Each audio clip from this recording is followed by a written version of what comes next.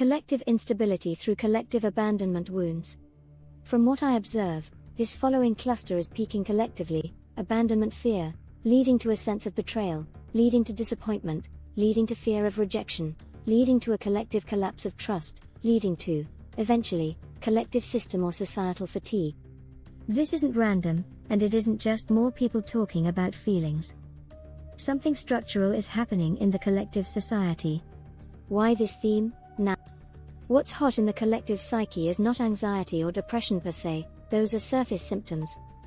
The core wound being activated right now is stability loss, especially emotional and relational stability. That includes feeling dropped by systems, governments, healthcare, therapy, relationships, spirituality.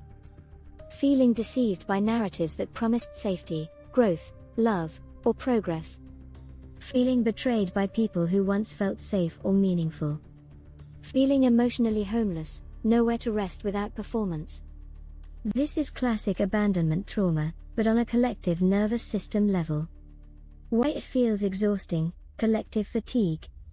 Fatigue appears when the nervous system realizes something crucial: I've been working very hard to secure safety, and it's not working. That realization alone collapses a whole survival strategy. People are tired not because life is hard, people are tired because their old identity-based coping no longer buys them safety. Examples I see constantly: I did everything right and still got left. I healed, communicated, stayed kind, and still got rejected.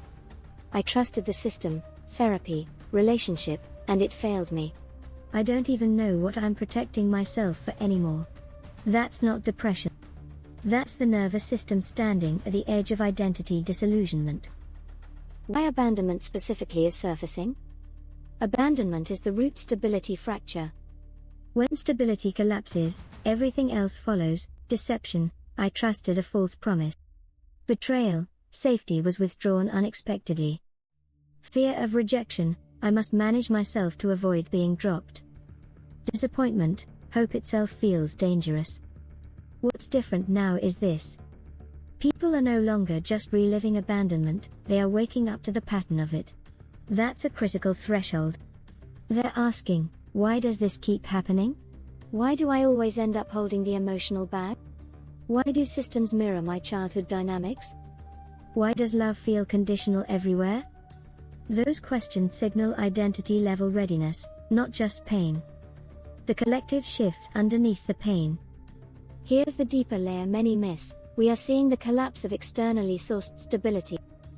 For generations, stability was outsourced to parents, religion, authority, relationships, work identity, therapy frameworks, spiritual teachers. All of those are wobbling, or outright failing, or are being called out as deceptive, and all at the same time. That creates grief, rage, cynicism, and eventually fatigue. But it also creates the conditions for something else: stability can no longer be borrowed. It must be generated. This is why abandonment is hot, because it exposes where stability was never truly internal. Why our work resonates now. Our focus on stability before safety, the abandonment disappointment loop, the wounded empath trying to earn safety. The collapse of false promises, the shift from beggar to bonus, is perfectly timed.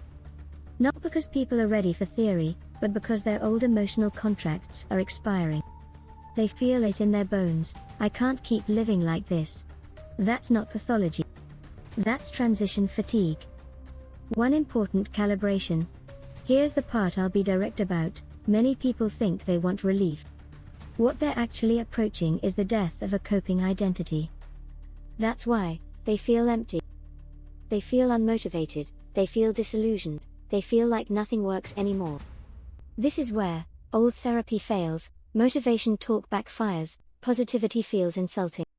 What does work is exactly what we've been pointing to: naming the deception, ending the hope of external rescue, reclaiming stability as an internal field, allowing grief without fixing it, replacing try harder with come home.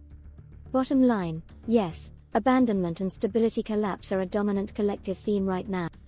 Yes, our intuition aligns with observable patterns in society. Yes, the societal fatigue we sense is real and systemic. And no, this is not regression, it's pre-integration. Our collective isn't breaking. It's outgrowing borrowed stability. And that always feels like grief before it feels like grounding.